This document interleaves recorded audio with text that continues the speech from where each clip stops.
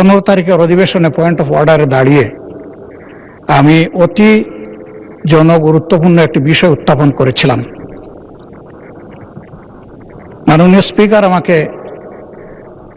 পরামর্শ দিয়েছিলেন যথাযথভাবে নোটিশটি সাবমিট করার জন্য, তা আমরা করেছি। আমি মহান সংসদে আপনার মাধ্যমে এই নোটিশটি উত্থাপন করলাম। নোটিশের বিষয় হচ্ছে জুলাই জাতীয় সনদ সংবিধান সংস্কার বাস্তবায়ন আদেশ 2025, যেটা আদেশ নম্বর 1 এর অনুচ্ছেদ 10 অনুযায়ী সংবিধান সংস্কার পরিষদের অধিবেশন আহ্বান প্রসঙ্গে নোটিশে বিস্তারিত লেখা আছে। এই বিষয়টি আলোচনার জন্য উত্থাপিত হলো, আপনি আলোচনার জন্য মঞ্জুর করবেন। ধন্যবাদ মাননীয় স্পিকার। মাননীয় চিফ হুইপ। মাননীয় বিরোধী দলীয় নেতাকে অসংখ্য ধন্যবাদ।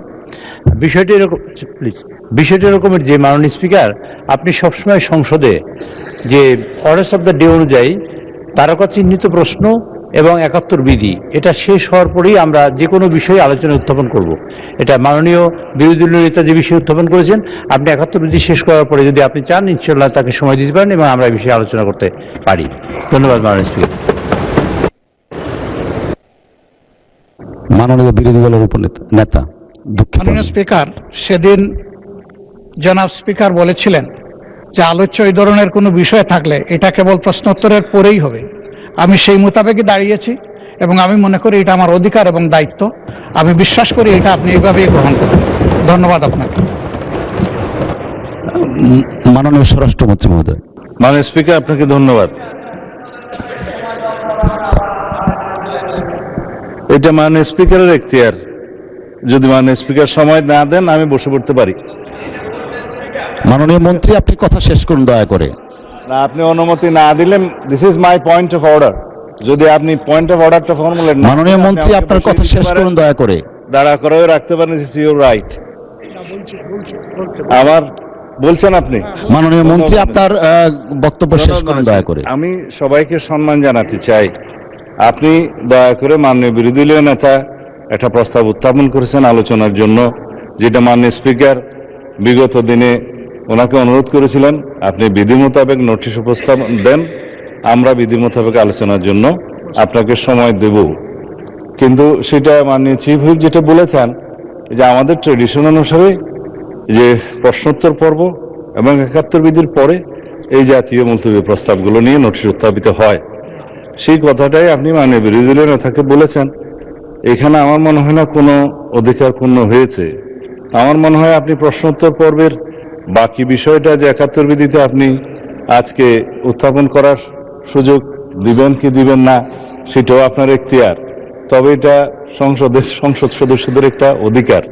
তো এরপরে যদি মাননীয় বিরোধী দলীয় নেতা তার নোটিশের প্রস্তাবটা উত্থাপন করেন, তার এগেনস্টে হয়তো আমাদেরও 2-4 কথা বলার থাকতে পারে, সেটা আমরা পয়েন্ট অফ অর্ডার ফর্মুলেট করেই বলবো।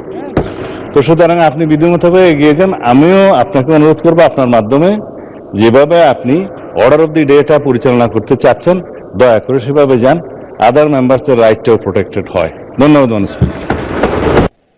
মাননীয় বিরোধী দলের চিফ হুইপ। মাননীয় স্পিকার, আপনাকে ধন্যবাদ। মাননীয় স্পিকার, আমরা হয়তো ভুলে যাচ্ছি যে আমরা এই সংসদটা কিভাবে গঠিত হয়েছে এবং জাতীয় সংসদ নির্বাচনের পাশাপাশি এখানে গণভোট অনুষ্ঠিত হয়েছিল, কিন্তু এখন সংসদের কার্যক্রম দেখলে মনে হচ্ছে যে এই ধরনের কিছুই যেন হয়নি। ফলে এটি যে কোনো জনগুরুত্বপূর্ণ ইস্যুর তুলনায় সবচেয়ে বেশি গুরুত্ব সহকারে এই সংসদে আলোচনা হওয়া উচিত, এর সুরাহা হওয়া উচিত, তারপরে আমাদের যে রেগুলার যে দৈনন্দিন কার্যক্রম সেটি হওয়া উচিত। আমরা আজকে বিধি মোতাবেকই আমাদের বিরোধী দলীয় নেতা উনি নোটিশ দিয়েছেন। আমরা আপনার প্রতি এবং এই হাউজের প্রতি আবেদন জানাচ্ছি যে আমরা প্রথমে এই বিধি, এই যে নোটিশ আমরা দিয়েছি জনগুরুত্বপূর্ণ ইস্যুতে গণভোট এবং জুলাই সনদ বাস্তবায়ন আদেশ, সেটাতে আগে আলোচনা হোক, এটা আমাদের অনুরোধ রইল আপনার প্রতি মাননীয় স্পিকার। মাননীয় চিফ হুইপ। মাননীয় স্পিকার, বিরোধী দলের নেতার প্রতি যথাযথ সম্মান রেখেই বলছি, এটা যাবৎকাল বাংলাদেশের স্বাধীনতার পর থেকে যা হয়ে আসছে, যার কাস্টম এবং যেটা রেওয়াজ আমরা চালু করেছি, তাহলে এই যে সংসদ সদস্যদের অধিকার যে প্রশ্নোত্তর আমরা সংসদকে লায়াবল করব, তাদের কাছে অ্যাকাউন্টেবল করব। আর ৭১ বিধি আমার এলাকা বা কোনো গুরুত্বপূর্ণ বিষয় নিয়ে আলোচনা আসলে সাধারণত সেগুলো আলোচনা হয়। এটার জন্য 2 ঘন্টার সময় নির্ধারিত আছে, 1 ঘন্টা 1 ঘন্টা। এরপরে বিজনেসের দিনের এই সকল বিষয়ে আলোচনা আসতে পারে। যেমন মাননীয় বিরোধী দলীয় নেতা যে কথা বলেছেন, আমরা অত্যন্ত সম্মানের সাথে বলি, নিশ্চয়ই এটা আলোচনা আসবে, আজকেও আলোচনা আসতে পারে, অথবা সংসদ মাননীয় স্পিকার যেভাবে নির্ধারিত করেন এই বিষয়টা আলোচনা হতে পারে, এবং এটা অত্যন্ত গুরুত্বপূর্ণ বিষয় তিনি নিয়ে এসেছেন। আমাদের দিক থেকে কোনো অসুবিধা নেই, কিন্তু বিষয়টি হলো এই, আমরা সকল মাননীয় সদস্যদের জানাতে চাই বা তাদের কাছে তাদের সহযোগিতা চাই এইভাবে যে এইটা আমাদের অধিকার। সকল সদস্য, বেসরকারি সদস্য হলো যে মন্ত্রী বাদে এবং হুইপ চিফ হুইপ বাদে সকল সদস্যই বেসরকারি সদস্য, সরকারি বেঞ্চ হোক অথবা অপোজিশন হোক। কাজে তাদের অধিকারটা হলো 2টা জায়গায় থাকে, সেটা হলো প্রশ্নোত্তর এবং ৭১ বিধি। কাজে আমি মনে করি, আমি আপনাদের কাছে অনুরোধ করতে চাই যে ৭১ বিধি এটা শেষ করার পরে তারপর আপনারা এই প্রশ্ন উত্থাপন করুন, এবং আমার মনে হয় সেটা আলোচনা হতে পারে, এটা এড়িয়ে যাওয়ার কোনো সুযোগ নেই। মাননীয় বিরোধী দলের নেতা, আপনার দৃষ্টি আকর্ষণ করছি, আপনার যে নোটিশটা এনেছেন সেটা আমরা দেখছি। আমরা একটু দয়া করে বিধিটা ফলো করে ৭১ বিধির পরেই আপনার এই নোটিশটার ব্যাপারে আমরা সিদ্ধান্ত জানাবো। মাননীয় বিরোধী দলের সেই রায়কে সম্মান দেখানো উচিত মাননীয় স্পিকার।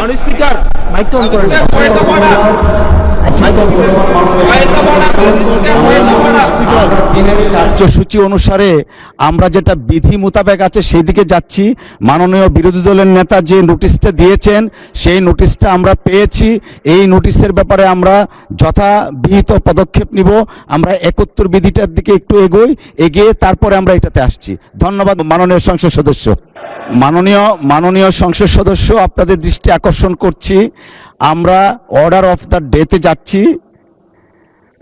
জরুরি জনগুরুত্বপূর্ণ বিষয় সম্পর্কে মনোযোগ আকর্ষণীয় বিধি ৭১ আমরা ফলো করছি। মাননীয় বিরোধী দলের নেতা, আপনি দাঁড়ালে কথা বলতে পারেন, বাট আমরা একটু মাননীয় বিরোধী দলের নেতা। জি, আমি জেনে শুনেই এই সময় এই বিষয়টা উত্থাপন করেছি। আমার জানা মতো এটাই সময়। আমি বুঝতে পারছি মাননীয় বিরোধী দলের নেতা বিষয়টার দিকে যাবেন। ৭১ বিধির আগে এটা উত্থাপন করার অবশ্যই সুযোগ আছে, আমি সেই মোতাবেক উত্থাপন করেছি। 64 বিধি অনুযায়ী বিধিটা দেখতে পারেন, 64 বিধিতে এটা উল্লেখ আছে। ধন্যবাদ আপনাকে। মাননীয় বিরোধী দলের নেতা, 64 বিধিতে উল্লেখ আছে, বাট সংসদের যে কাস্টমস সেইটা আমাদের মাননীয় চিফ হুইপ মহোদয় বলেছেন on the balance of probability. আমরা সেই জন্যই বললাম যে আমরা এই নোটিশটা আমরা পেয়েছি, এই ব্যাপারে আমরা সিদ্ধান্ত জানাবো। ৭১ বিধিটা আমরা একটু শেষ করি, আমরা তো সময় আছে, নিশ্চয়ই আপনার এই নোটিশটাকে আমরা অ্যাড্রেস করব। ধন্যবাদ মাননীয় সদস্য। মাননীয় চিফ হুইপ। মাননীয় সদস্যবৃন্দ, মাননীয় স্পিকারের মাধ্যমে আপনাদের জানাতে চাই, মাননীয় স্পিকার ইচ্ছা করলে টেবিলের তারকাচিহ্নিত প্রশ্ন এবং ৭১ বিধি সাসপেন্ড করতে পারেন, সেটা করেও যে কোনো বিষয়ে আলোচনা করতে পারেন। মাননীয় স্পিকার, এটা আপনার অ্যাবসলিউটলি প্রেরোগেটিভ, এবং আমি মনে করি এটা অধিকার মাননীয় সকল সংসদ সদস্যদের, এবং আমি আপনাদেরও সহযোগিতা চাই যে এই অধিকার আপনাদেরও, কিন্তু এই অধিকার শুধু সরকারি দলের না, আমি কথা বলছি সকলের জন্য। কাজে এই অধিকার আপনাদেরও। আপনারা ৭১ বিধিতে একটা নোটিশ আনলেন, আমরা যদি এই প্রথাটা চালু করতে পারি আজকে, অসুবিধা নেই। যে মাননীয় বিরোধী দলীয় নেতা যে কথা বললেন, কোনো সমস্যা নেই, কিন্তু কথা হলে পরবর্তীতে যদি আবার এরকম সবাই দাঁড়াতে থাকে তাহলে সকলেরই ভবিষ্যতে প্রবলেম হবে। কাজে আমরা ৭১ বিধিটা করার পরে এই বিষয়টা যেহেতু আলোচনায় আসবে, এর অর্থই নয় যে আমরা আলোচনায় আনবো না। আর যদি মনে করেন যে আলোচনা এখনই করতে হবে, মাননীয় স্পিকার যদি সিদ্ধান্ত গ্রহণ করেন যে ঠিক আছে ৭১ বিধি সাসপেন্ডের আজকে আর হবে না, এই ৭১ বিধি কিন্তু আর পিছনে চলে যাবে। মাননীয় সদস্য যারা নোটিশ দিয়েছেন তাদের কিন্তু অধিকার খর্বিত হবে, এবং তারা যে এই জন্য সংসদ হিসেবে নির্বাচিত হয়ে আসছেন তাদের কিন্তু সমস্যাটা তৈরি হবে মূলত ভবিষ্যতে। কাজেই আমরা ভবিষ্যৎকে ঠিক রাখার জন্য আপনাদের এবং আমাদের মানে সকল বেসরকারি সদস্য, মাননীয় মন্ত্রী ছাড়া আর সবাই সদস্য বেসরকারি সদস্য, কাজেই তাদের অধিকার যাতে সংরক্ষিত হয় তার জন্য কিন্তু আমি এই প্রস্তাবনা দিয়েছিলাম, এবং এটাই চলে আসছে বিগত দিনে। মাননীয় স্পিকার, আপনি যদি মনে করেন যে আপনি ৭১ বিধি সাসপেন্ড করে আজকে মাননীয় বিরোধী দল নেতার কথা আলোচনা করবেন, আপনি করতে পারেন, কিন্তু আমি মনে করি পদ্ধতি এইটা আপনাকে জানালাম, এখন সিদ্ধান্ত আপনার। মাননীয় স্পিকার। মাননীয় বিরোধী দলের মাননীয় চিফ হুইপ, আমরা সংসদের ঐতিহ্য, রীতিনীতি এবং বিধি দ্বারা পরিচালিত। আমরা মনে করছি এখন 71 বিধিটা শেষ করার পরে আমরা মাননীয় বিরোধী দলের নেতা যে বিধি 62-র আলোকে যে নোটিশটা দিয়েছেন সেই নোটিশটা আমরা অ্যাড্রেস করব। এখন সংসদে জরুরি জনগুরুত্বপূর্ণ বিষয় সম্পর্কে মনোযোগ আকর্ষণী বিধি 71-এ আমরা যাচ্ছি।